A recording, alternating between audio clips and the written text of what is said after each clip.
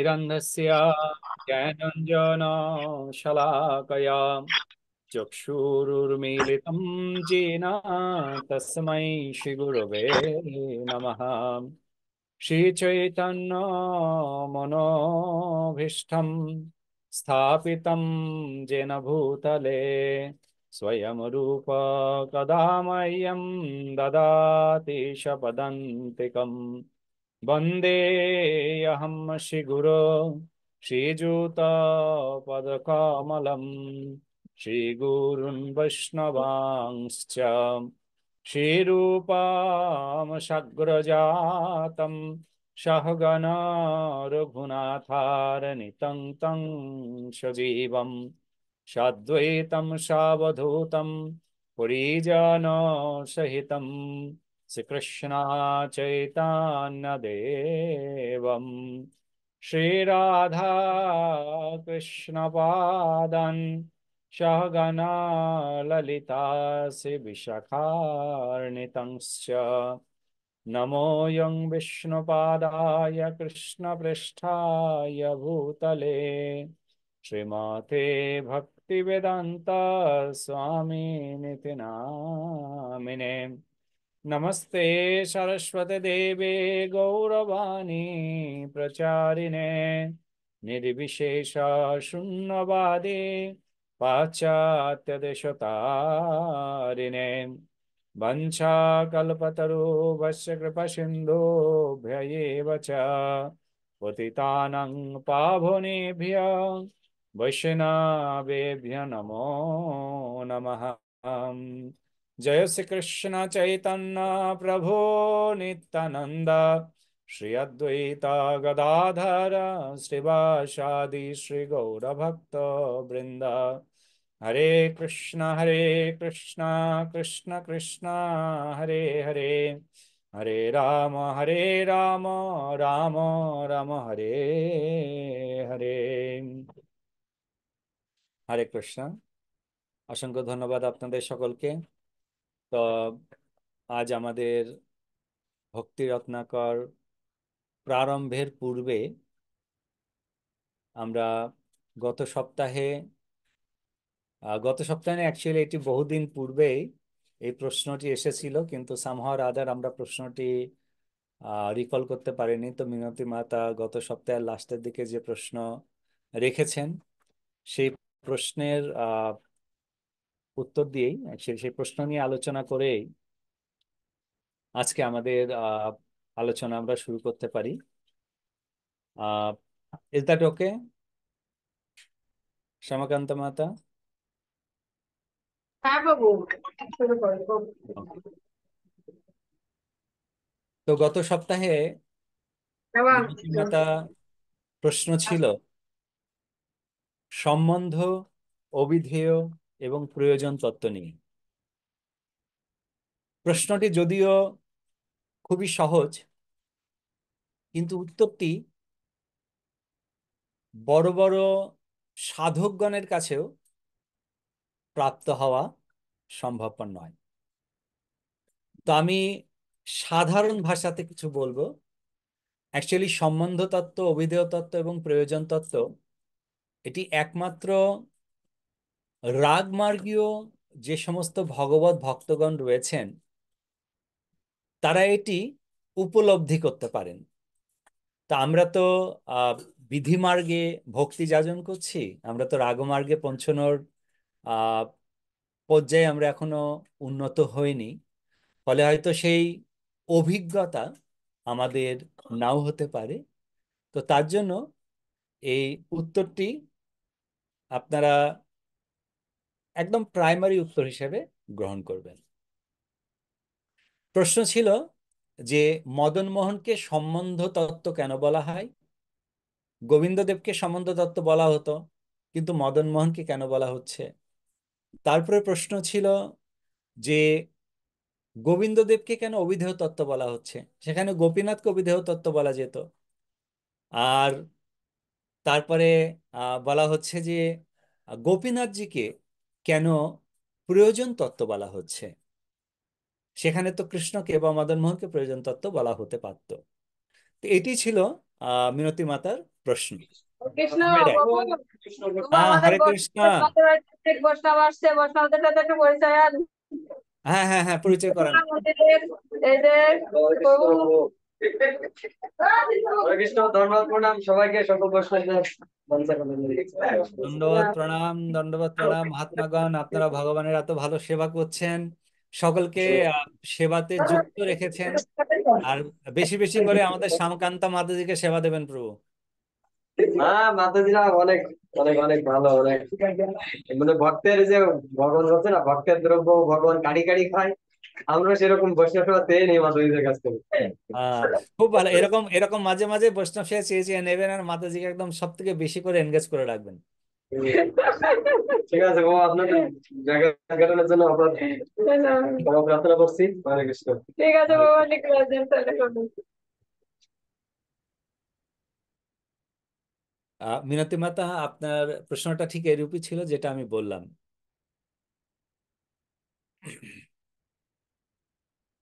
কৃষ্ণ প্রভু, হ্যাঁ প্রণাম। ওকে। প্রভু, আমি এটাও জানতাম না, আপনি যে প্রশ্নটা করছেন মানে বলতেছেন যে গোবিন্দ দেবকে কেন ভিডিও বলা হয়।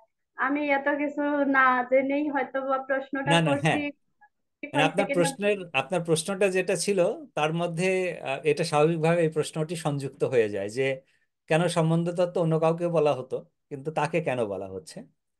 ঠিক আছে প্রভু, ধন্যবাদ। ওকে, ধন্যবাদ। তো মদন মোহন, মদন মোহন, প্রথমে আমরা জানব যে ভগবান মদন মোহন নাম কিভাবে এসেছে। সর্বপ্রথম ভগবান কৃষ্ণের যে তিনটি নাম, বিশেষ তিনটি নাম, মদন মোহন, গোবিন্দ গোপীনাথ। এবং গোপীনাথ। আচ্ছা, মদন মোহন নামটা কখন এসেছে আপনাদের কাছে প্রশ্ন?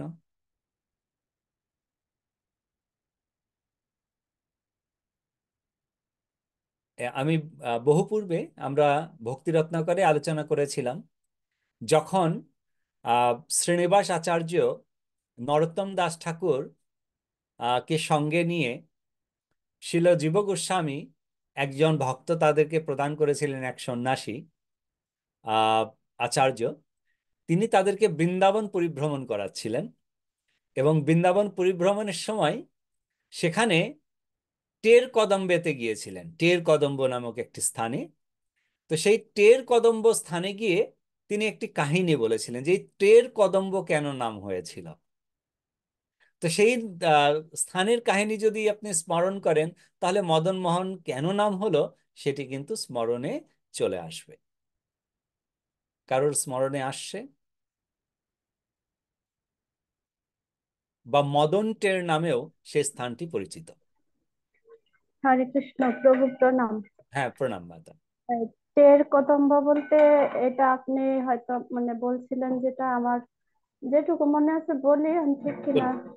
যে ভগবান কৃষ্ণ এই কদম্ব গাছে করে চড়ে তখন বাঁশি বাজাতেন। সেই বাঁশির ধ্বনি শুনে যদি গোপীদেরকে উনি প্রয়োজন হতো, সেই সেই বাঁশি বাজাতেন, তখন গোপীরা এসে উপস্থিত হতো। আবার গাভীদের জন্য আলাদা একটা বাঁশি, সেটা গাভীদের মানে গাভীরাই বুঝতো। সখাদের জন্য একটা আলাদা বাঁশি, সেটা সখারা মানে এই এরকম বাঁশির ধ্বনি শুনে যাদের বাঁশিটা তারাই বুঝতে পারতো। এটাই মানে টের টের পেতো আর কি, যে আমাদেরকে কৃষ্ণ ডাকছে। এই জন্যই টের কদম্ব নাম হয়েছে। হরে কৃষ্ণ প্রভু। হরে কৃষ্ণ। আহ, আমি ভুল হতে পারে। আপনি যেটি বললেন অ্যাকচুয়ালি এটি, এই টের কদম্বটি আলাদা। আর আমার প্রশ্ন যে টের কদম্ব যে ভগবান কৃষ্ণের প্রথম অব্দে, এই টের কদম্বের আপনি বলছেন সেটা হচ্ছে গোবিন্দের নামের সঙ্গে সম্পৃক্ত যুক্ত। তো মদন মোহন নামের সঙ্গে সম্পর্ক যুক্ত টের কদম্ব রয়েছে।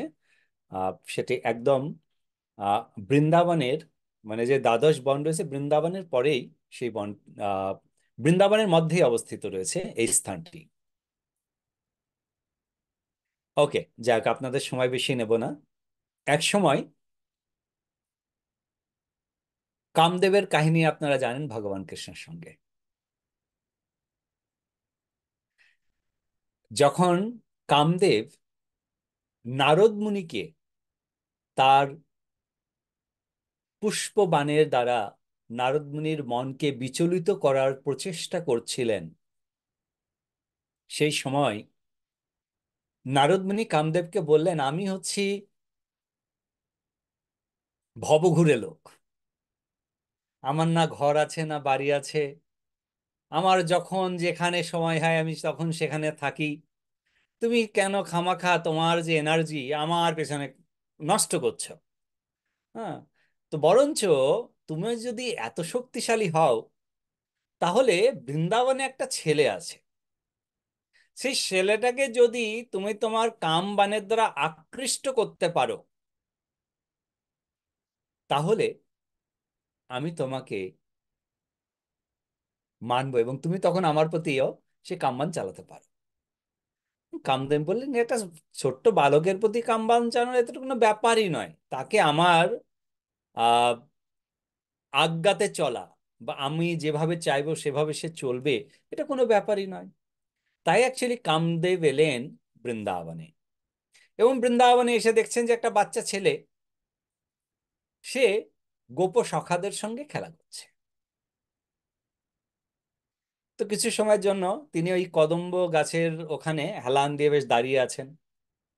তো নারদ মুনি দূর থেকে বলছেন যে ওই যে ছেলেটা ত্রিভঙ্গ ঠামে, মানে তিনটে ভাগ, আহ, তিনটে প্রকারে বক্র হয়ে দাঁড়িয়ে রয়েছেন, তাকে তোমার এই কামবানের দ্বারা বশবর্তী করতে হবে।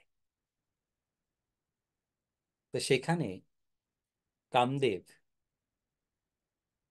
সহস্রবার প্রচেষ্টা করলেন সে কৃষ্ণকে কামবানের দ্বারা জর্জরিত করা বা তাকে আকৃষ্ট করা, কিন্তু কামদেব সহস্রবার চেষ্টার পরেও তাকে তো আকৃষ্ট করতে পারলেনই না, বরঞ্চ কামদেব নিজে আকৃষ্ট হয়ে পড়লেন তার প্রতি। কার প্রতি আকৃষ্ট হলেন কামদেব? ঈশ্বর ভগবান কৃষ্ণের প্রতি। স্বয়ং ভগবান কৃষ্ণের প্রতি, কৃষ্ণের প্রতি। ভগবান কৃষ্ণের প্রতি। হ্যাঁ, মদন মোহনের প্রতি তো।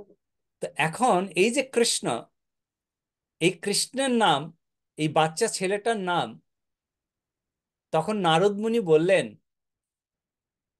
যিনি কৃষ্ণ নন, মদনকে যিনি মোহন করেন বা মদনকে যিনি মোহিত করেন, মানে মদন হচ্ছেন কামদেব, যে সমস্ত বিশ্ব ব্রহ্মাণ্ড যার কৃপাতে সকলে আকৃষ্ট হয়ে পড়েছে, মোহিত হয়ে আছে, সেই মদনকেও যিনি মোহিত করেন, সেই কৃষ্ণ হচ্ছেন মদন মোহন। অর্থাৎ আমাদের সম্বন্ধ দেবতা, আমাদের যে ভগবানের সঙ্গে কি সম্বন্ধ, কেননা এই জড়জগতে আমরা সকলেই কিন্তু কামের, মানে কামের প্রতি আকৃষ্ট, তাই নয়, কামদেবের দ্বারা পরিচালিত হয়ে থাকি। তো কামদেবের দ্বারা পরিচালিত হয়ে থাকে, এখন কামদেবের হাত থেকে মুক্তি পেতে গেলে, অর্থাৎ কামদেবের দ্বারা পরিচালিত না হতে চাইলে কামদেবের যিনি বস আছেন তার সঙ্গে পরিচালিত হতে হবে, তার চরণে সমর্পণ করতে হবে, তার সঙ্গে কি করতে হবে? সম্বন্ধ যুক্ত করতে হবে। অর্থাৎ কার সঙ্গে সম্বন্ধ যুক্ত হতে হবে আমাদেরকে তাহলে?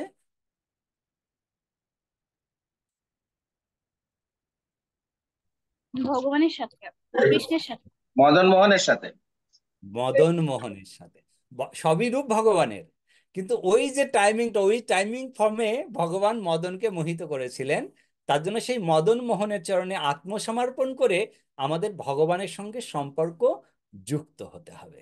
কেননা আমরা জানি যে ভগবানের সঙ্গে সম্বন্ধ যুক্ত করতে গেলে পরে আমাদেরকে কি করতে হবে না, আত্মেন্দ্রিয় প্রীতিবাঞ্ছা তারে বলে কি? কাম। কাম।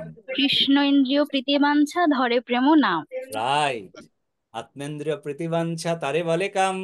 কৃষ্ণেন্দ্রিয় প্রীতিবাঞ্ছা ধরে প্রেম নাম। সো আত্মেন্দ্রিয় প্রীতিবাঞ্ছা যখন আমাদের থাকবে, তখন তো আমরা ভগবানের সঙ্গে সম্পর্ক যুক্ত হতে পারবো না, আমরা ভগবানের সঙ্গে সম্বন্ধ তৈরি করতে পারবো না। আর তার জন্য আমাদেরকে সেই মদন মোহনের সঙ্গে সম্পর্ক যখন আমরা যুক্ত করব, তখন সেটি প্রেম নাম ধরবে, অর্থাৎ সেখানে কাম দেব পর্যন্ত আমাদের সাহায্য করবেন ভগবানের সঙ্গে সম্পৃক্ত হওয়ার জন্য। তার জন্য মদন মোহন হচ্ছেন সম্বন্ধ তত্ত্ব। ক্লিয়ার? কারো কোনো প্রশ্ন এর উপরে?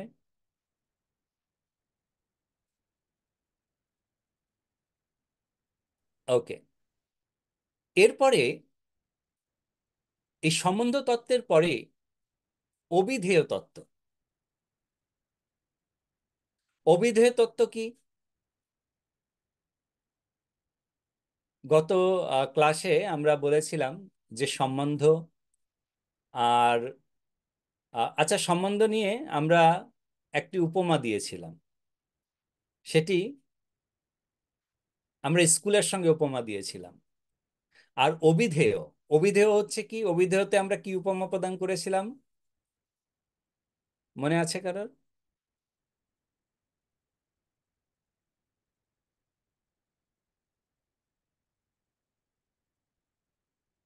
এবং প্রয়োজনীয় আমরা একটি উপমা দিয়েছিলাম, এবং সম্পূর্ণটাই আমাদের স্টাডির উপরে বা শিক্ষার উপরে।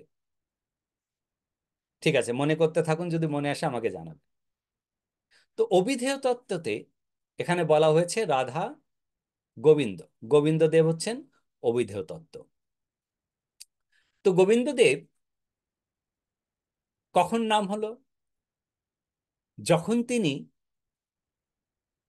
গোচরণ করার জন্য গাভীদেরকে নিয়ে তিনি বনে যেতেন, গোচরণ করতেন, অর্থাৎ গাভীদের যিনি সেবা করতেন এবং গাভীদের যিনি স্বামীও, এবং গাভীদের যিনি আনন্দ প্রদান করতেন, তার জন্য তিনি হচ্ছেন গোবিন্দ। অর্থাৎ অবিধেয় তত্ত্বতে গোবিন্দকে কেন আনা হয়েছে? তার কারণ যখন আমরা সম্বন্ধ সম্বন্ধে জানবো যে আমাদের কি সম্বন্ধ ভগবানের সঙ্গে, তারপরে আমরা জানবো যে সম্বন্ধের পরে কি হয়। সম্বন্ধের পরে আসে যে আমাদের কর্তব্য কর্ম কি,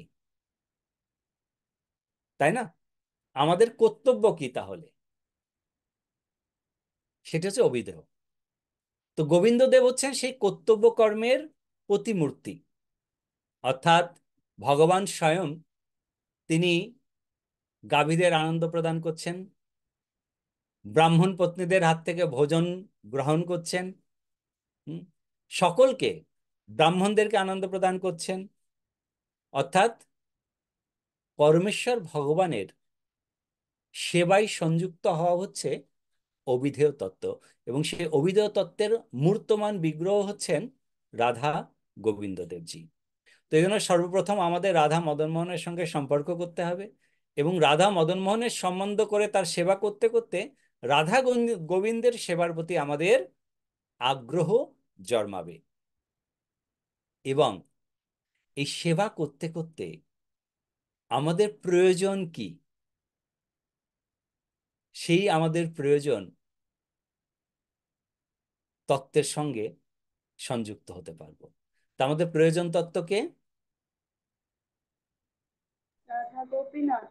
রাধা গোপীনাথ। আচ্ছা, গোপীনাথের নাম কেন গোপীনাথ হলো? তো বৃন্দাবনে যে গোপীরা আছে, গোপী যারা আছে তারা তো কৃষ্ণ ছাড়া এক মুহূর্ত থাকতে পারে না। ভগবানও সেই গোপীদেরকে ছাড়া তার ভালো মানে ভগবানও থাকতে পারে না। ভগবান বলছে যে আমাকে যে দাস রূপে সেবা করে, এরকম ভক্তের অধীন আমি হই না। আমি ভক্তের দাস হব, আমি তার অধীন হই। এটা ভগবানের মানে পূর্ণ ভগবান তাই ভক্তের অধীন হয় আর কি, এই সেবা মনোভাব নিয়ে যারা ভগবানকে সেবা করে। এই জন্য গোপীনাথ নাম। হরে কৃষ্ণ। ধন্যবাদ মাতা, খুব সুন্দর। তো আমরা জানতে পারলাম, তো এই গোপীনাথ হচ্ছেন আমাদের প্রয়োজন তত্ত্ব, অর্থাৎ আমাদের প্রয়োজন কি আলটিমেটে? আলটিমেটে আমাদের প্রয়োজন হচ্ছে ভগবানকে, যেরকম গোপীগণ ভগবানকে সেবা করেছেন সেইরূপ সেবা আমাদের গোপীনাথের প্রতি করতে হচ্ছে। কিন্তু সেই ধন্যবাদ প্রণাম প্রভু। প্রয়োজন তত্ত্বে, দণ্ডবত, সেই প্রয়োজন তত্ত্বে আমরা যখন পৌঁছব, উপনীত হব, তখন গোপীনাথের সঙ্গে আমাদের প্রকৃত, গোপীনাথের সঙ্গে যে আমাদের প্রকৃত প্রয়োজন তত্ত্ব, সেটি কি না? ভগবানের সন্তুষ্টি বিধান করা। অর্থাৎ আমরা যা কিছু করছি ভগবানের সন্তুষ্টি বিধানার্থে করছি। আর কিছুক্ষণ আগে মিনতি মাতা যেটি বললেন, যে ভগবান যেরূপ তার ভক্তের সেবা গ্রহণ করেন, আর ঠিক সেইরূপই ভগবান তার ভক্তের সেবা করে থাকেন। তো এই হচ্ছে প্রয়োজন তত্ত্ব। তা আমরা জানি যে আমাদের প্রকৃত প্রয়োজন কি? কৃষ্ণ প্রেম। তার জন্য প্রয়োজন তত্ত্বের যিনি অধিকর্তা বা অধিদেবতা, তিনি হচ্ছেন রাধা গোপীনাথ। তো এই হচ্ছে আমাদের সম্বন্ধ তত্ত্ব, অবিধেয় তত্ত্ব এবং প্রয়োজন তত্ত্বের সংক্ষিপ্ত, মানে বলা যেতে পারে যে সূত্র, একটা সূত্রের ব্যাখ্যা আমি আপনাদেরকে বললাম। মিনতি মাতা। হ্যাঁ, ধন্যবাদ প্রভু। প্রভু ধন্যবাদ, আপনি খুব সহজ ভাবে মানে আমি যেমন ভাবে বুঝতে চেয়েছিলাম আপনি সেইভাবেই মানে বুঝিয়েছেন। যেহেতু আরো এটার গভীর তথ্য আছে সেটা অন্য ব্যাপার। আমরা তো এখনো প্রাইমারি লেভেলেও না, আমি বিশেষ করে এখনো প্রাইমারি লেভেলেও না। ঠিক আছে প্রভু, হরে কৃষ্ণ। হরে কৃষ্ণ। মাতা, আপনি যে বলছেন আপনি প্রাইমারি লেভেলে, অ্যাকচুয়ালি আমি আপনার এই প্রশ্নটি নিয়ে এই গত 5 দিনে আমি প্রায় আমার 4টে, মানে সেই মার্গীয় গ্রন্থের প্রায় 5 বছর পরে সেই গ্রন্থগুলো খুলেছিলাম। তার মধ্যে জাস্ট একটা স্যাম্পল দিই। এই একটা গ্রন্থ রয়েছে আমার হাতে, বেশি না, মাত্র 1450 পেজ রয়েছে। এরকম 4টে গ্রন্থ এদিক ওদিক করার পরে মাথার কাজ করছিল না। তারপরে আজ আমি ভাবলাম এক কাজ করি, আমাদের সংস্কৃত স্কলার, আপনারা নাম শুনেছেন বা তার গ্রন্থ পড়েন, তারক ব্রহ্মপ্রভু, আমার খুব ক্লোজ, আমাকে অনেক স্নেহ করেন প্রভু। আমি বললাম প্রভুকে একবার কল করি। তো সাধারণত ভাবে প্রভু ফোন কল তোলেন না। তো আমি কল করলে সামার আদার, প্রথমবারে তোলেননি, দ্বিতীয়বারে যখন কল করছে তারপরে তুলেছেন। তো প্রভু এই প্রশ্ন, আমি অ্যাজ ইট ইজ প্রশ্ন, আপনার প্রশ্নটা আমি প্রভুকে বললাম যে প্রভু এই যে ব্যাপারটা কি বলুন তো। তো প্রভু বললেন যে কিছু না, গোস্বামীগণ দিয়েছেন সম্বন্ধ তত্ত্ব, অবিধেয় তত্ত্ব, প্রয়োজন তত্ত্ব, অতটুকু জেনে রাখুন। তারপর বলছেন, আচ্ছা যারা প্রশ্ন করছেন ব্যাকরণ জানেন? আমি বলছি, প্রভু আমিও তো ব্যাকরণ জানি না। বলে যদি না জানো ব্যাকরণ, শাস্ত্র পড়াও কারণ। ব্যাকরণ যদি না জানো তাহলে শাস্ত্র পড়া অকারণ। এই তত্ত্ব সম্বন্ধে জানতে গেলে আমাদেরকে ব্যাকরণ শিখতে হবে। আর ব্যাকরণ শিখতে গেলে 12 বছর আগে সংস্কৃত কলেজ গিয়ে ব্যাকরণের সন্ধি বিচ্ছেদ শিখে আসতে হবে। তাই বললাম প্রভু এত কিছু বলছেন তো মাথায় এমনিতেই ঘুরে আছে, একটু সহজ ভাবে বলুন কিছু। তো যেটা আমি অ্যাকচুয়ালি পেয়েছিলাম প্রভু সেই জিনিসটি বললেন, যে একদম সহজলব্ধ ভাবে এই জিনিসটি আহ ধরে আগিয়ে যাও, এবং তারপরে স্লোলি স্লোলি যখন সেই স্তরে আমরা পৌঁছবো, তখন অটোমেটিক্যালি আমাদের এই সম্বন্ধ তত্ত্বজ্ঞান আমাদের হৃদয়ে প্রকাশিত হবে এবং ভগবানের সঙ্গে আমরা সম্বন্ধ করতে পারবো। তবে রাধা মদন মোহনকে সবসময়, যখনই প্রতিদিন সকালে উঠবে পূজা করার পরে জপ করার আগে মদন মোহনকে প্রণাম করে মদন মোহনের কাছে প্রার্থনা করবেন সম্বন্ধের জন্য। কেন তিনি হচ্ছেন আমাদের সম্বন্ধ। কি সম্বন্ধ? না ভগবানের সঙ্গে তিনি আমার সেবা সংযুক্ত করবেন। তো সৌভাগ্যবশত আমি যে মন্দিরে থাকি সেই মন্দিরের প্রিসাইডিং ডেটি হচ্ছেন মদন মোহন, এবং আমাদের আন্তর্জাতিক কৃষ্ণ ভবনামৃত সংঘের সর্বপ্রথম শ্রীবিগ্রহ হচ্ছেন এই রাধা মদন মোহন, যেটি আহ, এই মন্দিরেতে স্থাপিত মানে সেবিত হচ্ছেন ওয়াশিংটন ডিসিতে। তো এর উপরে এই জন্যই সংক্ষিপ্ত আকারে আপনাদেরকে সম্বন্ধ, অভিধেয় এবং প্রয়োজন তত্ত্ব আমি বর্ণনা করলাম। আশা করি আপনারা নোট করে রেখেছেন এবং এই জিনিসটি মাথায় রাখবেন, এবং এর উপরে বেস করে আপনারা কিন্তু ভগবানকে সেবা করবেন। শ্যামল প্রভু।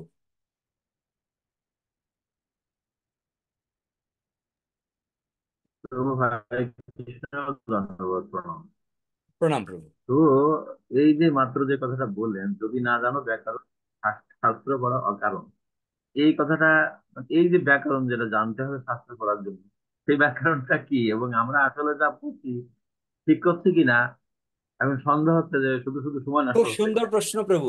অ্যাকচুয়ালি এই ব্যাকরণ জি। জানি না বলেই, শাস্ত্র আমরা অধ্যয়ন করতে পারি না বলেই মহাপ্রভু কৃপা করে এমন একজন ব্যক্তিকে পাঠালেন, বললেন যে তোমাদের ব্যাকরণ জানার প্রয়োজন নেই, কেন ব্যাকরণের সন্ধি বিচ্ছেদ লয় সবকিছু আমি করে দিয়ে তোমরা যে ভাষা বোঝো সেই ভাষাতে আমি তোমাদের জন্য একদম রেডি করে যাচ্ছি, তোমরা শুধু খুলবে আর খাবে।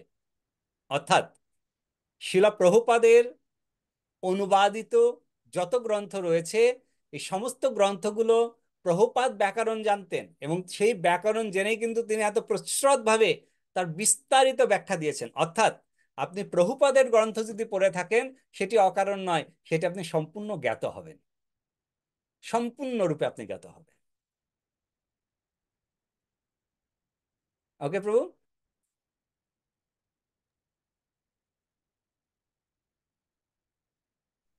হরে কৃষ্ণ প্রভু, প্রণাম। হ্যাঁ প্রণাম শুক্লা মাতা। প্রভু আপনার, আচ্ছা শুক্লা মাতা, 1 মিনিট। হ্যাঁ শ্যামল প্রভু। প্রভু আপনার কথায় খুবই আশ্বস্ত হলাম, ভেরি প্লিজ। এবং যে প্রভুপাদের, সত্যি সত্যি প্রভুপাদের গ্রন্থে ব্যাকরণ সহ লেখা আছে, এবং আমরা পড়ে অন্তত, আমি জানি না, আমি হয়তো একটু বুঝতে পারি, চেষ্টা করছি বোঝার। তো সুতরাং হতাশ হওয়ার কিছু নাই, কেমন প্রভু? হরে কৃষ্ণ। Absolutely absolutely. তার আমার জন্যই এখানে নেই চেষ্টা করছি।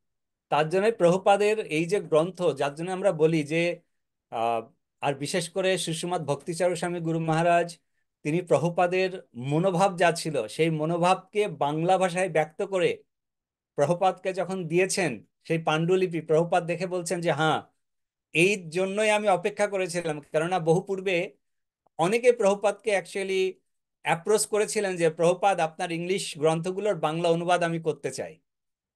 প্রভুপাদ কাউকে বাংলা অনুবাদ করার জন্য অনুমোদন প্রদান করেননি, কিন্তু একজন ব্যক্তি যাকে প্রথম সাক্ষাতে প্রভুপাদ তাকে অর্ডার দিলেন, অনুমোদন নয়, তাকে অর্ডার দিলেন যে তুমি আমার গ্রন্থের বাংলা অনুবাদ করো। কি দেখে? না একটা লেটার তিনি দিয়েছিলেন ট্রেনের মধ্যে, যে এই লেটারটা তুমি ট্রান্সলেশন করে আমাকে বলো। এবং সেই লেটারটা ট্রান্সলেশন করে করে প্রভুপাদকে বলতে, প্রভুপাদ সঙ্গে সঙ্গে তার সেক্রেটারিকে ডেকে বলেছিলেন যে আজ থেকে ইনি আমার বাংলা সেক্রেটারি, কারণ আমার যত গ্রন্থ আছে সমস্ত গ্রন্থের বাংলা অনুবাদ করবে। তো প্রভুপাদের গ্রন্থেতে যা আছে আমাদের তার উপরে আর যাওয়ার প্রয়োজনই নেই, নিঃসন্দেহে। আর ওর মধ্যে সমস্ত ব্যাকরণ সরল ভাষায় তার সন্ধি বিচ্ছেদ করে বাংলাতে দিয়ে গেছেন প্রভুপাদ। প্রভু আপনাকে অনেক ধন্যবাদ, আপনাকে আমারও প্রণাম। এবং হরে কৃষ্ণ। আপনার এই প্রশ্নের উত্তর পেয়ে আমি আশ্বস্ত হলাম যে হয়তো ভুল করছি না। একদম। হরে কৃষ্ণ। হরে কৃষ্ণ। শুক্লা মাতা। হরে কৃষ্ণ প্রভু, প্রণাম। প্রণাম মাতা। আচ্ছা প্রভু, এখানে এই যে মদন মোহন, মদন মোহন যে ভগবানের সঙ্গে সম্বন্ধ করে দেন আমাদের, তাহলে এই মদন মোহন উনি কে? মদন মোহন ভগবানের সঙ্গে সম্বন্ধ করে দেন না। মদন মোহন হচ্ছেন সম্বন্ধ তত্ত্ব, তিনি হচ্ছেন সম্বন্ধের দেবতা, সম্বন্ধের বস, তিনি হচ্ছেন ভগবান কৃষ্ণ। সেইটাই। হুম। যেমন চৈতন্য চৈতামৃতে বলা হয়েছে না, যদি প্রণয় রাখিতে চাও গৌরাঙ্গের শনে, ছোট হরিদাসের কথা থাকে যেন মানে। বলা হয়েছে প্রণয় মানে যদি মহাপ্রভুর সঙ্গে সম্বন্ধ রাখতে চাও তাহলে তার ক্রাইটেরিয়া কি হবে, অর্থাৎ তার নির্দেশনা কি হবে, দিক নির্দেশনা। মহাপ্রভুর সঙ্গে যদি সম্বন্ধ রাখতে চাও তাহলে তোমাকে কি কি জিনিস পালন করতে হবে, সেটা ছোট হরিদাসের যে লীলা বা ছোট হরিদাসের জীবনী তুমি পড়লে পরে পেয়ে যাবে যে মহাপ্রভু কিসের দ্বারা সন্তুষ্ট হন। ঠিক তদ্রূপ এই যে মদন মোহন, যিনি মদনকে মোহিত করেন, তিনি হচ্ছেন কৃষ্ণ, কৃষ্ণের সেই রূপ, মদন মোহন রূপ। তো সেই মদন মোহন রূপে ভগবান হচ্ছেন সম্বন্ধ তত্ত্বে প্রকাশিত হন। তো ভগবানের সেই ফর্মকে, সেই মদন মোহন ফর্মের সঙ্গে আমাদের সম্বন্ধ যুক্ত হতে হবে, তিনি কৃষ্ণ। ওকে শুক্লা মাতা, হরে কৃষ্ণ। হরে কৃষ্ণ।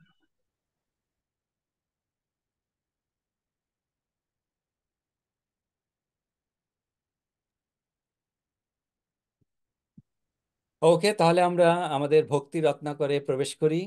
কিছুটা ভক্তি রত্নাকর গ্রন্থ থেকেও আমরা পাঠ করি, যদিও সময় যাচ্ছে, অল্প একটু সময় পাঠ করা যাক। হরে কৃষ্ণ প্রভু। নৃপেন্দ্র প্রভু, হরে কৃষ্ণ। হরে কৃষ্ণ প্রভু। প্রভু, মনে করেন যে একজন শিক্ষিত ব্যক্তি সে ব্যাকরণ জানে, কিন্তু একজন মূর্খ ব্যক্তি সে ভগবানের ভালো ভক্ত আর কি, সে ব্যাকরণ জানে না, তার কি তার পূর্ণাঙ্গ ধর্ম কি হবে? 100%,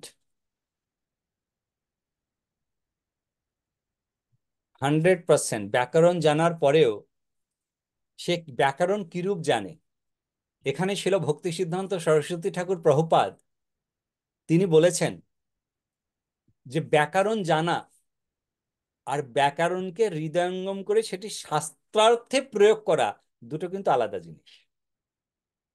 তার জন্য তিনি বলছেন, এক সংস্কৃত পণ্ডিত, তিনি একটি গ্রামের ভেতর দিয়ে চলছেন, যেতে যেতে তাকে একটা বিশাল বড় জঙ্গল ক্রস করতে হবে। এখন সেই জঙ্গলে থাকে বাঘ, গ্রামের লোকেরা কেউ সেই জঙ্গলেতে প্রবেশ করে না। পণ্ডিত ব্যক্তি তিনি চলছেন সেই জঙ্গলের দিকে, গ্রামের লোক বলছেন যে মহাশয় আপনি ওই জঙ্গলের দিকে যাবেন না। এখন মহাশয় তো সংস্কৃত ব্যাকরণের পণ্ডিত, তো তিনি তো আবার সংস্কৃত ছাড়া কিছু বলেন না। তো সেই মহাশয় বলছেন, ব্যাকরণের পণ্ডিত বলছেন, আরে তোমরা গ্রামের মূর্খ লোক, তোমরা সংস্কৃতের কি জানো, আর তোমরা আমাকে জঙ্গলের মধ্যে প্রবেশ করার জন্য না কেন করছো? কেননা তোমরা বলছো জঙ্গলেতে ব্যাঘ্র থাকে, ব্যাঘ্র। বলছে তোমরা জানো ব্যাঘ্র মানে কি?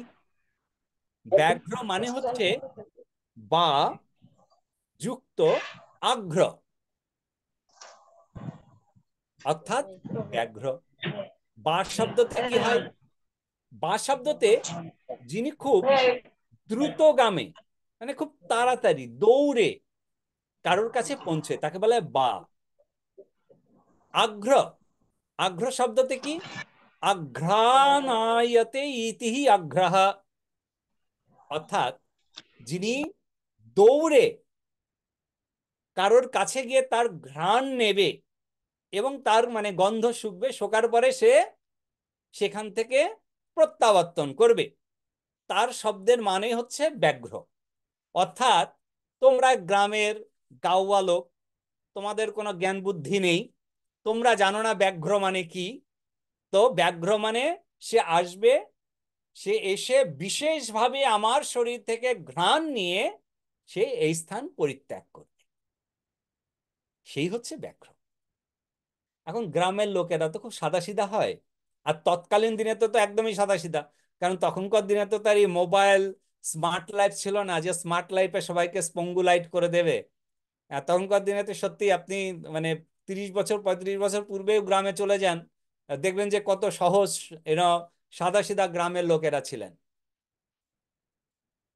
তো সে গ্রামের লোকেরা ভাবছে হতেও পারে, আমরা তো মূর্খ, আমরা তো আর এনার মতো পণ্ডিত নই। হ্যাঁ, তো সবাই কি করছে, পণ্ডিতের একটু ডিস্টেন্স রেখে একটু দূর থেকে যাচ্ছে পণ্ডিতের পেছনে পেছনে। এই সত্যি সত্যি পণ্ডিত যা বললেন, বাঘ মানে কি সেটাই?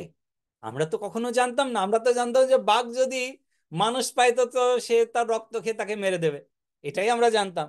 কিন্তু ঘ্রাণ নিয়ে চলে যাবে তো প্রথম শুনলাম। এখন তারা দূর দূর থেকে সেই পণ্ডিতের পেছনে যাচ্ছে, অনেকটা দূর ডিস্টেন্স রেখে। পণ্ডিত ভাই হাঁটতে হাঁটতে হাঁটতে হাঁটতে জঙ্গলের মধ্যস্থানে পৌঁছে গেছেন। এমন তো অবস্থায় দূর থেকে একটা বাঘ হুংকার করতে করতে, মানে প্রচন্ড ক্ষুধার্ত, এতদিন পরে একটা ভালো লাঞ্চ পেয়েছে। তো এই সে ভালো লাঞ্চ যে পেয়েছেন সেটা তো আর ছাড়া যাবে না। একদম গর্জন করতে করতে সে দৌড়ে আসছে পণ্ডিতের কাছে। এখন পণ্ডিত কিন্তু বারবার বলছে, বা যুক্ত এক আগ্র অর্থাৎ ব্যাঘ্র। দূর দূর থেকে সেই গ্রামের লোকেরা ওই শব্দটি শুনছে এবং তাদের মধ্যে সেই উৎসাহ প্রবলভাবে বৃদ্ধিপ্রাপ্ত হচ্ছে যে বাঘটা কি এসেই সত্যি আঘ্রাণ নিয়ে চলে যাবে। কি মনে হয় আপনাদের, বাঘটা কি এসেই আঘ্রাণ নিয়ে চলে যাবে? বাঘ বাঘে এসে চলে যাওয়ার কথা না প্রভু, বাঘ হ্যাঁ তার আঘ্রাণ নিতে জানে না, ও খেতে জানে।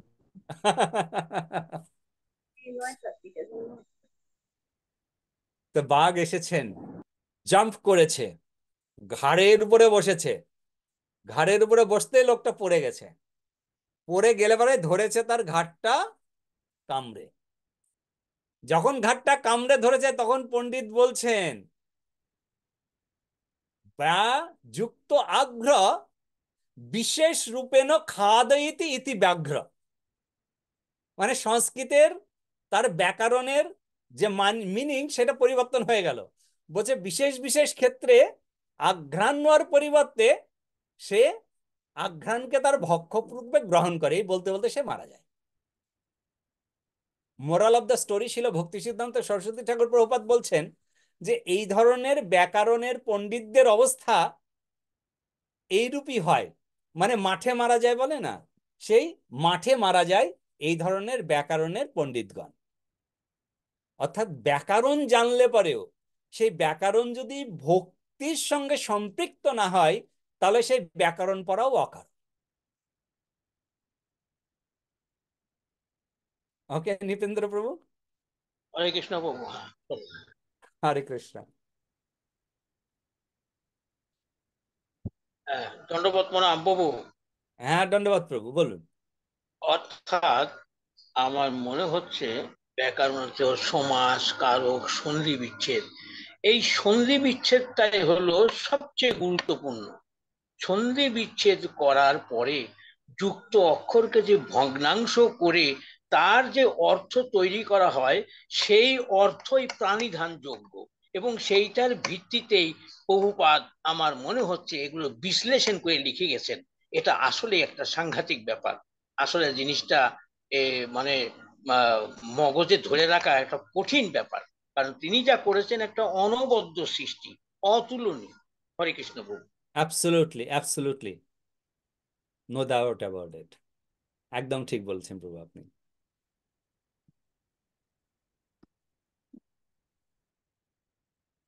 ওকে, তো আমরা ভক্তি রত্নাকর গ্রন্থে, ধন্যবাদ মিনতি মাতাকে আপনার প্রশ্নের জন্য। আজকে এই 3 তত্ত্ব সম্বন্ধে অন্যান্যরাও আহ, নিশ্চয় অবগত হলেন। আমার মনে হয় এই প্রশ্নটি অনেকেরই ছিল বা অনেকে জানতেনও না বা ভাবেনও নি এই প্রশ্ন নিয়ে। তো ফলে আপনার প্রশ্নের জন্যই কিন্তু সকলে লাভবান হলেন। তার জন্য আপনাকে ধন্যবাদ প্রশ্নটি করার জন্য। প্রভু আপনাকেও ধন্যবাদ, অসংখ্য ধন্যবাদ, অনেক সুন্দর করে ব্যাখ্যা করেছেন। হরে কৃষ্ণ। হরে কৃষ্ণ। আমরা ভক্তি রত্নাকর গ্রন্থে দ্বাদশ তরঙ্গে আমরা ছিলাম এবং চৈতন্য মহাপ্রভুর সঙ্গে বিষ্ণুপ্রিয়া দেবীর শুভ বিবাহ উৎসব উদযাপন হয়েছে। কন্যা সম্প্রদান হয়েছে। কন্যা সম্প্রদানের পরে মহাপ্রভু তার গৃহেতে ফিরে আসবেন, সেই সম্বন্ধে আমরা কিছু পড়ব। বাসর ঘরেতে গৌরা রায়, রূপে কোটি মদন মাতায়, কুলবধূ গণমন সুখে, সোপয়ে নয়ন চন্দ মুখে। চৈতন্য মহাপ্রভু তিনি এটা অ্যাকচুয়ালি একটি সুন্দরভাবে গানের আকারে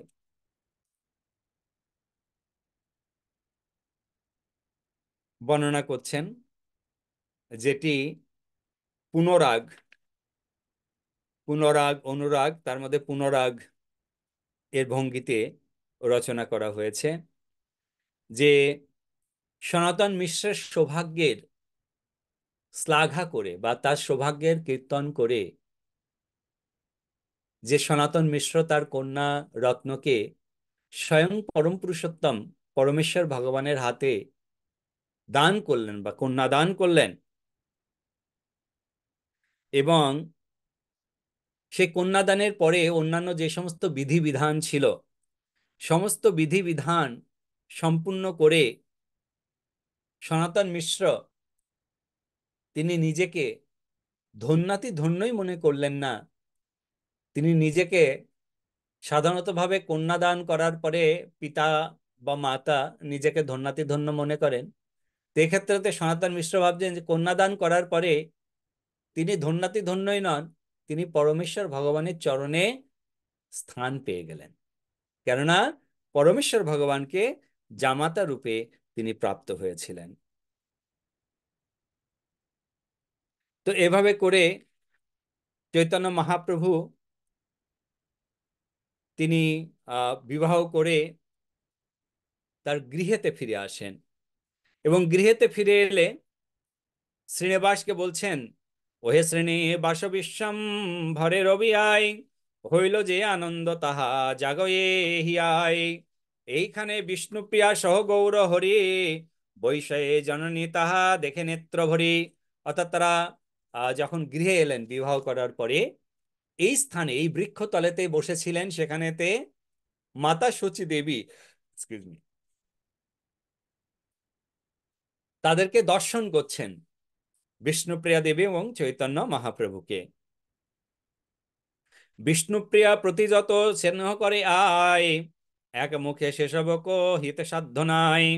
বিষ্ণুপ্রিয়া দেবীর চেষ্টা কহিব বা কত, বিষ্ণু সেবা শ্রী সচী সেবাই হইল রত।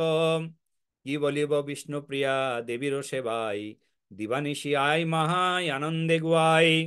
বিলাসয়ে পরময় আনন্দ বিশ্বম্ভর, যৌবন প্রবেশে অঙ্গ শোভা মনোহর। দিব্যমালা চন্দনে সুবেশ নিরন্তর, সূক্ষ্মবাস ভূষণে ভূষিত কলেবর। তো চৈতন্য মহাপ্রভু তিনি যখন দর্শন করলেন যে আই অর্থাৎ মাতা সচী, তিনি এতটা আনন্দিত, কেননা কিছুদিন বা কিছু মাস পূর্বেই সচী মাতা খুব দুঃখান্বিত ছিলেন, এবং সেই দুঃখান্বিত দেখে চৈতন্য মহাপ্রভুর খুব ভালো লাগতো না। তার মায়ের মুখে হাসি ফোটানোর জন্যই কিন্তু মহাপ্রভু দ্বিতীয়বার বিবাহের অঙ্গীকার করেন। এবং যখন মহাপ্রভু দর্শন করছেন যে যেভাবে বিষ্ণুপ্রিয়া দেবী মায়ের সেবা করছেন এবং মা যেভাবে বিষ্ণুপ্রিয়া দেবীকে রাখছেন, সেটি দেখে কিন্তু চৈতন্য মহাপ্রভু অত্যন্ত আনন্দিত। এবং যখন দেখছেন যে মা মানে শাশুড়ি মা এবং বৌমা তার এতটাই সেবা যত্নেতে আনন্দিত, তখন মহাপ্রভু কি করলেন না, মহাপ্রভু তার কার্যেতে তিনি রত হলেন। কার্যেতে রত বলতে কি, মহাপ্রভু যে কার্য ছিল সেটি হচ্ছে কি বিদ্যা দান করা, এবং তার ফলে তিনি তার টোল অর্থাৎ টোলেতে তিনি শিক্ষা ব্যবস্থার বেশ জোর সোর কদমে চালালেন। তো এই জন্য বলা হচ্ছে যে এখানে, চৈতন্য মহাপ্রভু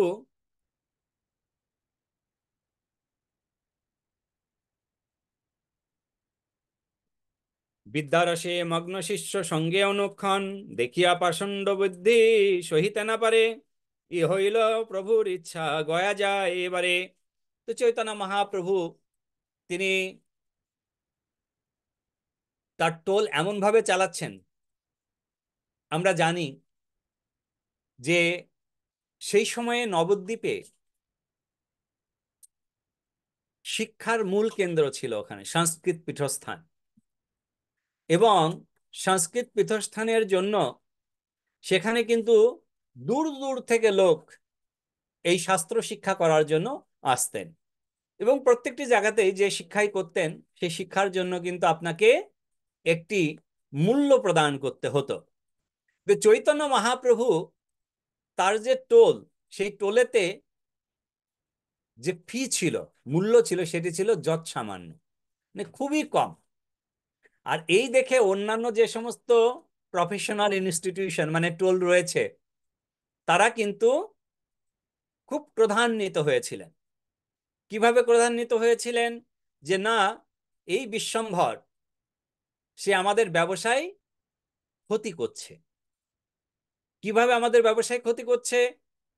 কেননা সে কোনো ভালো ফি নিচ্ছে না, ফলে আমরা অনেক বেশি ফি নিচ্ছি, আমাদের অনেক স্টুডেন্ট তারা চলে যাচ্ছে তার কাছে। তো এইভাবে করে কিন্তু অন্যান্য যে ইনস্টিটিউশন তারা কিন্তু মহাপ্রভুর প্রতি ক্রোধান্বিত ছিলেন। তার জন্য এখানে গ্রন্থকার বলছেন যে পাষণ্ডীদের হৃদয়ে জ্বালা হচ্ছে। তো মহাপ্রভু দেখছেন যে এদেরকে আর বেশি জ্বালা না দিয়ে এদেরকে শিক্ষা দানের সময় এসেছে এখন। কি করে আমি শিক্ষা দান করব? তাই মহাপ্রভু তিনি ডিসিশন নিলেন যে তিনি যাবেন গয়াধামে।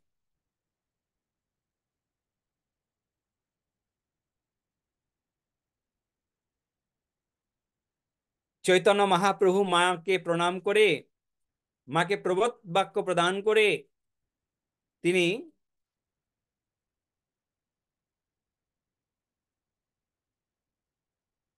গয়াধামে প্রবেশ করলেন। গয়াতে গিয়ে চৈতন্য মহাপ্রভু কি করলেন? না, সেখানে গিয়ে ঈশ্বরপুরী কৃপা প্রাপ্ত হলেন।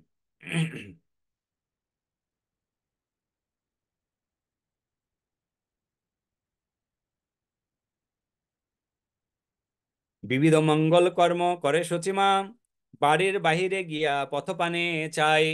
তো যখন চৈতন্য মহাপ্রভু গয়াতে আছেন, তখন মা কি করতেন? মাঝে মাঝে গিয়ে রাস্তার দিকে চাইতেন যে আমার ছেলে কি আসছে। কারণ আগের দিনে তো আর এই দূর কি বলে আমাদের দূরাভাষ, এই দূরাভাষ বাদ্যদ্রব্য বা দূরাভাষ যন্ত্র তো ছিল না। হোয়াটসঅ্যাপ করে দিলেন যে আমি এখন রাস্তায়, বা আমার ট্রেন লেট আছে, বা ইত্যাদি ইত্যাদি, একদম মানে রিয়েল টাইম মেসেজ বা খবর আমরা প্রাপ্ত হই। কিন্তু সেই সময়টা এটি ছিল না। তো মাঝে মাঝে যারা গয়া থেকে ফিরছেন, সচিমাতা জিজ্ঞাসা করতেন, আরে আমার ছেলেকে দেখেছো, কত দূর আছে, কতদিনে ফিরবে? লোকে জিজ্ঞাসা হয়ে বিশ্বম্ভর কত দূরে, হেন কালে প্রভু আইলেন নিজ ঘরে, ওহে শ্রীনিবাস বিশ্বম্ভরে এইখানে, মহাহর্ষে প্রণমিলা মায়ের চরণে। এরকম করে মা অনেক দিন ধরে পথপানে চেয়ে লোকেদের কাছ থেকে জিজ্ঞাসা করতে করতে একদিন মহাপ্রভু তিনি ফিরে এলেন।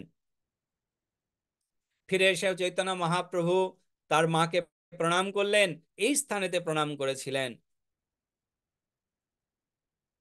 জননীর যে আনন্দ কহিতে কেবারে, সজল নয়নে মুখ চাহে বারে বারে, বিষ্ণুপ্রিয়া দেবী প্রাণ নাথে নিরখিয়া, আনন্দ বিহব্বল না ধরে পারহিয়া, বিষ্ণুপ্রিয়া পিতাকুলে হইল মহানন্দ, কি বলিব সবার জীবন গৌর চন্দ্র। তো যখন জামাতে গিয়েছেন গয়াধামে, তখন শ্বশুর মশাইও কিন্তু বড় চিন্তিত ছিলেন যে আমার জামাই গিয়েছেন এত দূরের রাস্তায়, রাস্তায় তো কোনো বিপদ হয়নি বা কোনো কিছু হয়নি।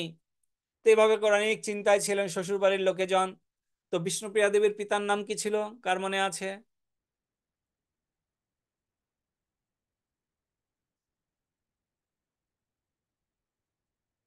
কিছুক্ষণ আগেই বললাম নামটা।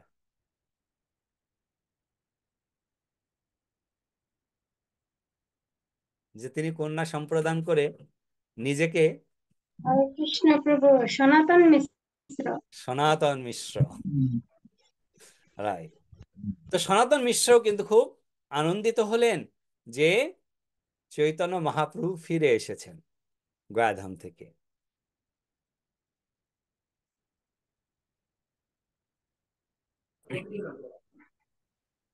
শ্রীমান পণ্ডিতাদি চারিপাশে জনে শ্রী গয়া প্রসঙ্গে কহি বসিয়ে নির্জনে বিষ্ণুপাদ পদ্মতীর্থ নম উচ্চারিতে ভাষায় নেত্রের জলে নারে স্থির হইতে। তো সকলে এই গয়াধামের সম্বন্ধে কথা বলছেন।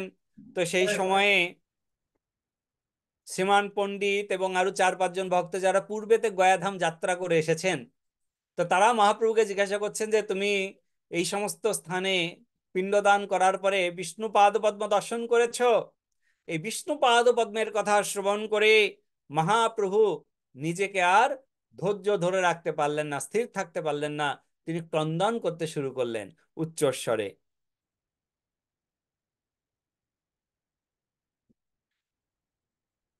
সারে দীর্ঘশ্বাস কৃষ্ণ বলি বারে বারে ভর এ পুলক কম্প প্রভুর শরীরে কতক্ষণে স্থির হইয়া সুচির নন্দন শ্রীমান পণ্ডিতে কহে মধুর বচন।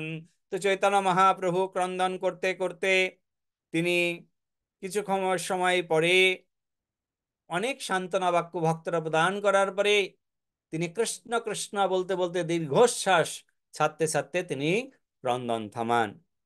তারপরে তিনি শ্রীমান পণ্ডিতকে কিছু জিজ্ঞাসা করেন, ওহে বন্ধু সব সবে আজি গৃহে যাহ, কালী শুক্রাম ভর ঘরে আসিবারে চাহ।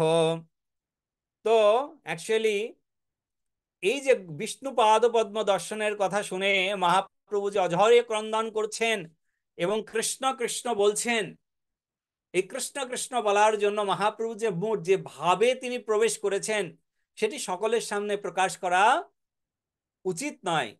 তার জন্য শ্রীমান পণ্ডিত সহ যত বৈষ্ণব ভক্তগণ ছিলেন তাদেরকে বললেন যে এক কাজ করা যাক, আজকে আর গয়া সম্বন্ধে কিছু আলোচনা করো না, কেননা আমি করতে পারবো না আলোচনা। বরঞ্চ আজ তোমরা ঘরে যাও, কালকে শুক্লাম্বরের ঘরে এসো, সেখানেতেই আমরা বসে আলোচনা করব। আচ্ছা, এই শুক্লাম্বর কে ছিলেন?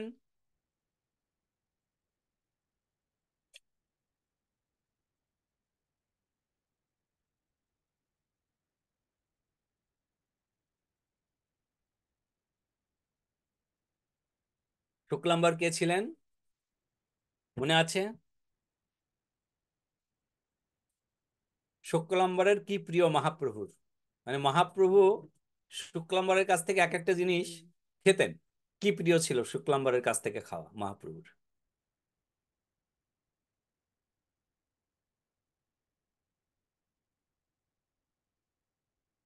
মনে পড়ে কারোর? মনে পড়ছে না? সুধামা বিপ্র তিনিও পরমেশ্বর ভগবান শ্রীকৃষ্ণকে কিছু নিয়ে গিয়েছিলেন, তার পত্নী সেটি ভিক্ষা করে এনেছিলেন। আর শুক্লাম্বর ব্রহ্মচারীও তিনি ওই একই বৃত্তি অবলম্বন করে আনতেন, আর মহাপ্রভু তার কাছ থেকে কেড়ে কেড়ে খেতেন। তাহলে কি? শুকনো চিড়ে। শুকনো চিড়ে না? সুদামা বিপ্র তো খুদ যেটা হ্যাঁ, সুধামা বিপ্র পাঠিয়েছিলেন খুদ ভাজা। মানে যে সমস্ত নর্মালি চালের অগ্রভাগ, ভাঙা অগ্রভাগ, যেটা কেউ খায় না, পশু পাখিদের খাওয়ানো হয়, আর গরিবেরা সেটা নিয়ে খান এবং সেটাকে ভেজে মুড়ির মতো করে খান। তো ভিক্ষায় সেই খুদ পেয়েছিলেন, সেই খুদটাকে ভেজে সুদামার হাতে দিয়েছিলেন। তো শুক্লাম্বর ব্রহ্মচারীও তিনি ভিক্ষা করে সে খুদ পেয়েছিলেন। আর মহাপ্রভু এসে বলছেন যে শুক্লাম্বর আজকে তুমি কি ভিক্ষা করে নিয়ে এলে? দেখি দেখি, ঝোলার মধ্যে হাত দিয়ে এক মুঠো খুদ নিয়ে খাচ্ছে। হলো বাহ বাহ বাহ, হম, কি অমৃত কি অমৃত কি অমৃত খাওয়ালে তুমি শুক্লাম্বর। আর শুক্লাম্বর প্রভু হাত দিয়েছে, প্রভু আর না, এটা আপনার খাওয়ার যোগ্য নয়। বলছে আচ্ছা, তো তুমি আমাকে না দিয়ে খাবে একা একা? তো এইভাবে করে শুক্লাম্বর ব্রহ্মচারী মহাপ্রভুর খুব প্রিয় ব্যক্তিত্ব, গঙ্গার ধারেই ছিল তার আশ্রম।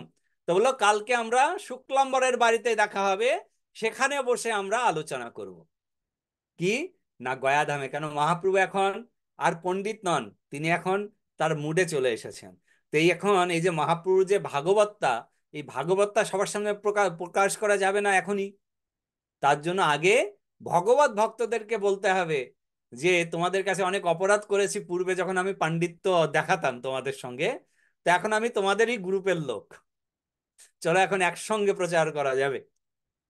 তো কালকে আমরা সাক্ষাৎ করব শুক্লাম্বর ব্রহ্মচারীর গৃহে। তো এইভাবে করে সীমান পণ্ডিতকে বললেন, এবং বললেন যে অন্যান্য বৈষ্ণবদেরকে তোমরা এই খবরটি দিয়ে দাও। অন্যান্য শুনিয়া সব বৈষ্ণবয়ানন্দে আইসেন এথায় মিলয়ে গৌরচন্দ্রে, লোকগতা গত যত কহেন না যায়, সকলে বিহাব্বল গৌরচন্দ্রের চেষ্টায়, নদিয়ায় পরস্পরে কহে লোক সব, নিমাই পণ্ডিত হইল পরম বৈষ্ণব। তো এই শুক্লাম্বর ব্রহ্মচারীর ঘরে সমস্ত বৈষ্ণব ভক্তগণ পরবর্তী দিনেতে এসেছেন, কেননা শ্রীমান পণ্ডিত শ্রীবাস ঠাকুর সকল বৈষ্ণবদেরকে ইনভাইটেশন পাঠিয়েছেন যে দেখো কালকে নিমাই পণ্ডিত কিছু বলবে শুক্লাম্বরের ঘরে, তো তোমরা সবাই চলে এসো। তাই এত বৈষ্ণব ভক্তগণ, আর এই নিমাই পণ্ডিত বৈষ্ণবদেরকে ডেকেছেন, মানে বিশাল বড় ব্যাপার। হুম। তো সবাই এসেছেন শুক্লাম্বরের ঘরে। আর যখন বৈষ্ণবদেরকে দেখে মহাপ্রভু যখন তার গয়াধামের যাত্রা সম্বন্ধে বলছেন এবং তার যে ভাব, সেই ভাব দেখে বৈষ্ণবগণ এত আনন্দিত হলেন, এত আনন্দিত হলেন, এবং তারা বললেন যে আমাদের আর কোনো চিন্তা নাই, আমাদের আর কোনো ভয়ও নাই। কেন? কেননা আমাদের রক্ষক এসে গেছে। শুধু তাই নয়, আমাদেরকে যিনি পরিচালনা করবে তিনি এসে গেছেন। পুরো নবদ্বীপেতে একদম মানে এটা ভাইরাসের মতো ফেলে গেল যে জানো তো আমাদের যে দেশের বড় পণ্ডিত, যার নাম নিমাই পণ্ডিত, সে আর পণ্ডিত নেই গো, সে এখন মহান বৈষ্ণব। তো নিমাই পণ্ডিত হলেন এক মহান বৈষ্ণব। তার প্রকাশ শুরু হলো শুক্লাম্বর ব্রহ্মচারীর গৃহেতে। তো আজকে আমরা এই পর্যন্ত রাখি, কেননা 15 মিনিট টাইম চাওয়া হয়েছে। তো 15 মিনিট আপনারা কি আলোচনা করবেন সেটা করতে পারেন। আমাদের শ্লোক সংখ্যা 1644, 1644 নাম্বার দ্বাদশ তরঙ্গে আমরা আগামী বৃহস্পতিবারে আমরা আলোচনা করব। তো আপনাদের যদি কোনো প্রশ্ন থাকে আমরা একটা প্রশ্ন নিতে পারি এবং তারপরে আপনাদের পরবর্তী কার্যক্রম শুরু করতে পারেন, যদি কারো কোনো প্রশ্ন থাকে।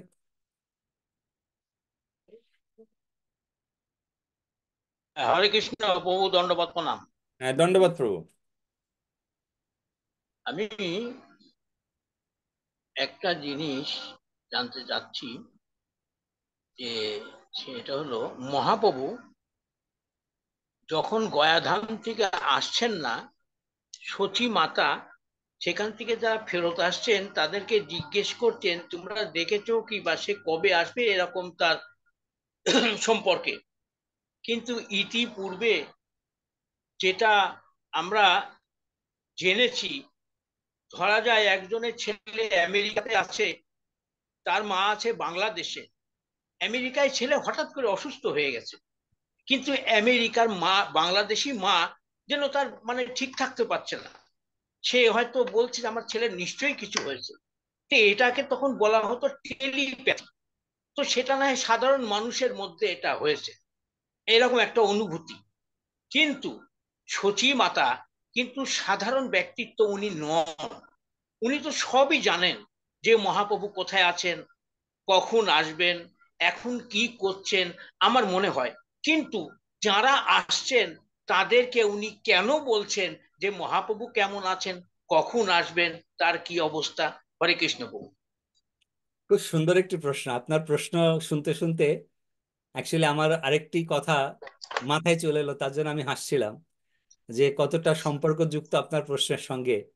যখন উদ্ধব দ্বারকা থেকে ভগবান কৃষ্ণ এবং বলরাম বৃন্দাবনে পাঠালেন, যে অনেক বড় বড় দার্শনিক, যোগী, ঋষি, এরা সবাই মানে কেউই পারেননি বৃন্দাবনে গোপীদেরকে বোঝানোর জন্য, যশোদা মাইয়া নন্দ বাবাকে বোঝানোর জন্য। তো বললো যে দেখো, এই বর্তমান সময়ে দুইজন ব্যক্তি আছে যারা হচ্ছে টপ মোস্ট টপার শাস্ত্রেতে, একদম পুরো ব্রহ্মাণ্ডেতে টপার। তারা কে? এক হচ্ছে উদ্ধব, আর একজন হচ্ছে মৈত্রীয় ঋষি। উদ্ধব হচ্ছে একদম টপার দেন টপার। কেন? তিনি হচ্ছেন শিষ্যকার। উদ্ধব কার শিষ্য ছিলেন? কে বলবেন উদ্ধবের বৃহস্পতির গুরু শিষ্য। কে? হ্যাঁ, বৃহস্পতি, দেবগুরু, তাই। দেবগুরু বৃহস্পতি। তিনি ছিলেন ডাইরেক্ট বৃহস্পতির শিষ্য। দেখতে তিনি কৃষ্ণের মতোই, একদম একই রকম রূপ। আর কৃষ্ণ যে সমস্ত বস্ত্র তিনি রিজেক্ট করতেন, উদ্ধবের সেগুলোই ছিল হচ্ছে তার বস্ত্র। এটা উদ্ধবের সঙ্গে কৃষ্ণের বস্ত্র ডিপার্টমেন্টের একটা আহ ছিল, যে যা বস্ত্র ভগবান কৃষ্ণ রিজেক্ট করবে সেটা উদ্ধবের কাছে আসবে। আর কেননা উদ্ধব সেটা পরবে, আর সেটা পরে যেন উদ্ধব কৃষ্ণের মতোই লাগে। তো সেই উদ্ধব এলেন কোথায়? আমি শর্ট করি কথাটা। এলেন নন্দ বাবার কাছে আর যশোদা মায়ের কাছে। এসে বলছেন, ঋষি মুনি বছরের পর বছর নয়, যুগের পর যুগ তপস্যা করেও যাকে প্রাপ্ত হতে পারে না, সেই হচ্ছে তোমাদের সন্তান, স্বয়ং পরম পুরুষোত্তম ভগবান। তো তোমরা কেন তার জন্য এত কষ্ট করছো? তোমরা তো নিজের এক সৌভাগ্যকে শ্লাঘা করবে, যে তোমাদের সুযোগ হয়েছিল কিছুদিন তার সেবা করার। হুম, এখন তো তোমাদের আনন্দ হওয়া উচিত। এই কথা শুনে, লং স্টোরি শর্ট, নন্দ বাবার যশোদামা হাসছে। হেসে হেসে বলছে, এই বৃহস্পতি কি করে তোমাকে শিষ্য বানালো বলো তো দেখি? কি করে শিষ্য বানালো তোমাকে? তুমি তো মানে বৃহস্পতির শিষ্য মূর্খের মতো কথা বলছো। মানে তুমি বলতে চাইছো, আমার পকেটে 1000 টাকার নোট ছিল, আমার পকেটে 1000 টাকার নোট ছিল, আর সাডেনলি আমার 1000 টাকার নোটটা হারিয়ে যায়, আর তুমি বলছো তোমার 1000 টাকার নোটটা হারিয়ে গেছে, তুমি আনন্দে থাকো? আর যখন তুমি জানবে সেই 1000 টাকা তোমার একদম রক্ত ঝরা ঘামের পয়সা, তারপরে তুমি বলবে আমি ভুলে যাব? বলছে এতদিন তো আমরা দুঃখে ছিলাম, আমাদের ছেলে হারিয়েছে গো। তুমি তো আমাদের দুঃখ 100 গুণ বাড়িয়ে দিলে। কি করে? না শুধু ছেলেই না, আমরা ভগবানকে হারিয়ে ফেলেছি। আমরা আমাদের ছেলের সঙ্গে ভগবানকে হারিয়ে ফেলেছি। তুমি কোথার কে গো? যাও এখান থেকে, বেরিয়ে যাও। এই বৃন্দাবনে তুমি থেকো না, বেরো বেরো এখান থেকে। জ্ঞান দিতে এসেছো আমাদের, ভগবানকে হারিয়েছে, তুমি বলছো কিনা আমরা কিছু হারাইনি। তো সচিমাতা জানতেন মহাপ্রভু স্বয়ং ভগবান, তাকে এক মুহূর্ত তার চোখের সামনে থেকে দূরে রাখা তার পক্ষে সম্ভব নয়। তার জন্য তিনি সবসময় জিজ্ঞাসা করতেন, তোমরা আমার নিমাইকে দেখেছো গো? এই হচ্ছে কারণ। আর তার জন্য কিন্তু উদ্ধব এই ভাব দেখে বললেন যে এই বৃন্দাবনকে আমার নমস্কার। শুধু নমস্কারই নয়, আমি আমার শেষ নিঃশ্বাসও ত্যাগ করবো এই বৃন্দাবনে, এই নন্দালয়ে। আমি এখানেই থাকলাম, আমি আর কোথাও যাব না। আমি বুঝতে পেরেছি বৃহস্পতি যা আমাকে শিক্ষা প্রদান করতে পারেনি, আমি নন্দ বাবা যশোদা মায়ের কাছ থেকে সেই শিক্ষা প্রাপ্ত হয়েছি। আমি আমার গুরুদেবের কাছ থেকে যা শিক্ষা পাইনি, আমি বৃন্দাবনের গোপীদের কাছ থেকে সেই শিক্ষা প্রাপ্ত হয়েছি। উদ্ধব বসে বললেন সেই বনে, until last breath. Uddhava Vrindavan ছেড়ে আর কোথাও যাননি। আর ভগবান কৃষ্ণ এই জন্য উদ্ধবকে পাঠিয়েছিলেন বৃন্দাবনে, কেননা সেই সময়ে সারা পৃথিবীতে উদ্ধবের নামে, যে উদ্ধব হচ্ছেন সব থেকে বড় স্কলার। আর তার জন্য কৃষ্ণ বলছেন তুমি তো অনেক বড় স্কলার, তার জন্য এই বৃন্দাবনের গোপীরা তারা তো কোনোদিন ওই সংস্কৃত স্কলার করেনি, ব্যাকরণ পড়েনি, আমার তত্ত্ব তো জানে না, তুমি গিয়ে একটু ওদের তত্ত্বগতভাবে বোঝাও। এখন বোঝাতে যে নিজে বুঝে পড়েছেন যে প্রকৃতপক্ষে তত্ত্বটি কি, সেটি তিনি বুঝতে পারলেন এই নন্দ বাবা যশোদা মা আর গোপীদের সঙ্গে কথা বলে। তো এই হচ্ছে কারণ, যখন সচিমাতা জানার পরেও যে মহাপ্রভু কে, তার জন্য তো প্রতি ক্ষণে ক্ষণে সন্ন্যাস নেওয়ার পরেও, আপনি কোনোদিন দেখেছেন সন্ন্যাস নেওয়ার পরে কোনো সন্ন্যাসী তার মায়ের কথা রাখবে? কিন্তু সন্ন্যাস নেওয়ার পরেও তিনি মা তাকে বললেন যে আমার একটা অনুরোধ, কোথায়? না তুমি পুরীতে থাকো। কেন, পুরীতে সবসময় লোক যায় তো, প্রতিদিন আমি তোমার খবর পাবো। মানে কেউ 1 মাস আগে বেরিয়ে এসছে, 1 মাস পরে পৌঁছবে মায়াপুরে, তো 1 মাস আগে মহাপ্রভু কিরকম ছিল সেটা পাবো। কেউ 29 দিন আগে বেরিয়েছে, তো তারপরের দিন মহাপ্রভু কিরকম ছিল সেটা পাবো।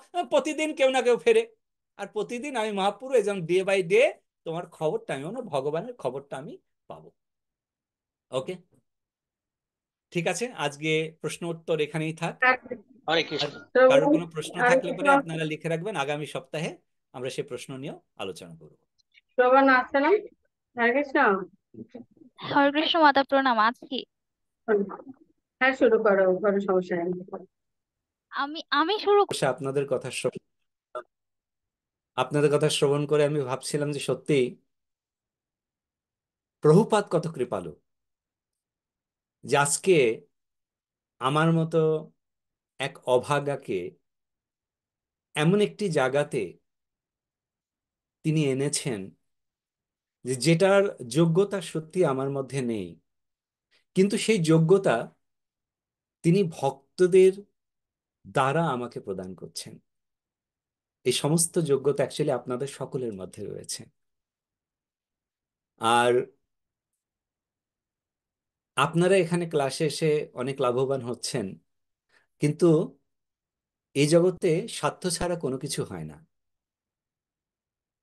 আমি আপনাদের কাছ থেকে আরো বেশি লাভবান হই, কেননা আপনারা আমাকে যেভাবে উৎসাহ প্রদান করেন, আপনারা আমাকে যেভাবে প্রশ্নের দ্বারা আনন্দ প্রদান করেন, এবং যেভাবে আপনারা গ্রহণ করেন,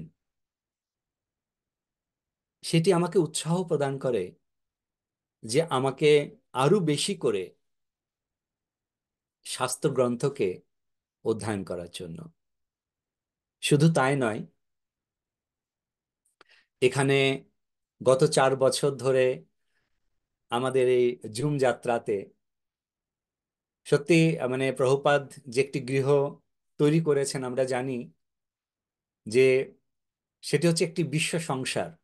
বলা হয়েছে যে প্রভুপাদ একটি ছত্রতলে সমস্ত পৃথিবীকে নিয়ে এসে রেখেছেন। তো আপনারা সকলেই আমাদের পরিবারের সদস্য, এবং এই 4 বছর ধরে আপনাদের সঙ্গে যখন আমরা একত্রিতভাবে এই জুম যাত্রাতে আমরা ভক্তি রত্নাকর গ্রন্থের মাধ্যমে আপনাদের সঙ্গে চলছি, এবং সেই সঙ্গে সঙ্গে আপনাদের কথা শ্রবণ করছি, আপনাদের কাছ থেকেও আমি অনেক উৎসাহ প্রাপ্ত হচ্ছি। আপনারা অনেক কিছু বলেছেন যেটা সত্যি আমি যোগ্য নই, তথাপিও বৈষ্ণব যে কথা বলেন সেটি সত্য হয়, এবং সেটি আমি আমার মস্তকে ধারণ করি। এবং আমি প্রচেষ্টা করব যে আপনারা যে যে কথাগুলো বলেছেন সেই সেই কথাগুলো যেন আমি আমার জীবনে প্রয়োগ করে ঠিক সেইরূপ আপনাদের সামনে আমি আমাকে উপস্থিত করতে পারি। আপনারা আমার জন্য প্রার্থনা করছেন এবং সবসময় করবেন। আর আহ, অবশ্যই আহ, আপনাদের জন্য আমি প্রার্থনা তো প্রত্যহ আমি করি, প্রত্যেকের জন্য আমি প্রার্থনা করি প্রত্যহ। এটা আমার নিত্য নৈমিত্তিক একটি সেবা। আমি যখনই ভগবানের সেবাতে থাকি প্রত্যেকদিন সকালে আমার প্রার্থনা থাকে প্রত্যেকের জন্য। তো অসংখ্য ধন্যবাদ আপনাদেরকে। আর শ্যামাকান্তা মাতা, শ্রবণ, আমি তো আমার নিজের জন্মদিন ভুলে যাই অ্যাকচুয়ালি। আমার এখানে 20 তারিখ, বাংলাদেশে তখন সময় 12টা বেজে 2 মিনিট হয়েছে, মানে মধ্যরাত্রে। ঠিক 12টা 2 মিনিট 15 আর 16 সেকেন্ড তখন আমার দেখি হোয়াটসঅ্যাপে একটা মেসেজ এসেছে, শুভ জন্মদিন। মেসেজটা কার? শ্রবণের। এবং আহ, আমি সত্যি মানে শকড হয়েছিলাম যে শ্রবণ ওখানেও পড়াশোনা করছে, রমে থাকে, ওর অনেক টাফ টাইম চলছে, খুব পড়াশোনাতে খুবই আছে, তার মধ্য থেকে ও স্মরণ রেখেছে। তার মানে আমরা কাকে এরকম স্মরণ রাখতে পারি? আমাদের পিতা মাতা, আমাদের বন্ধু, আমরা যাকে ভালোবাসি।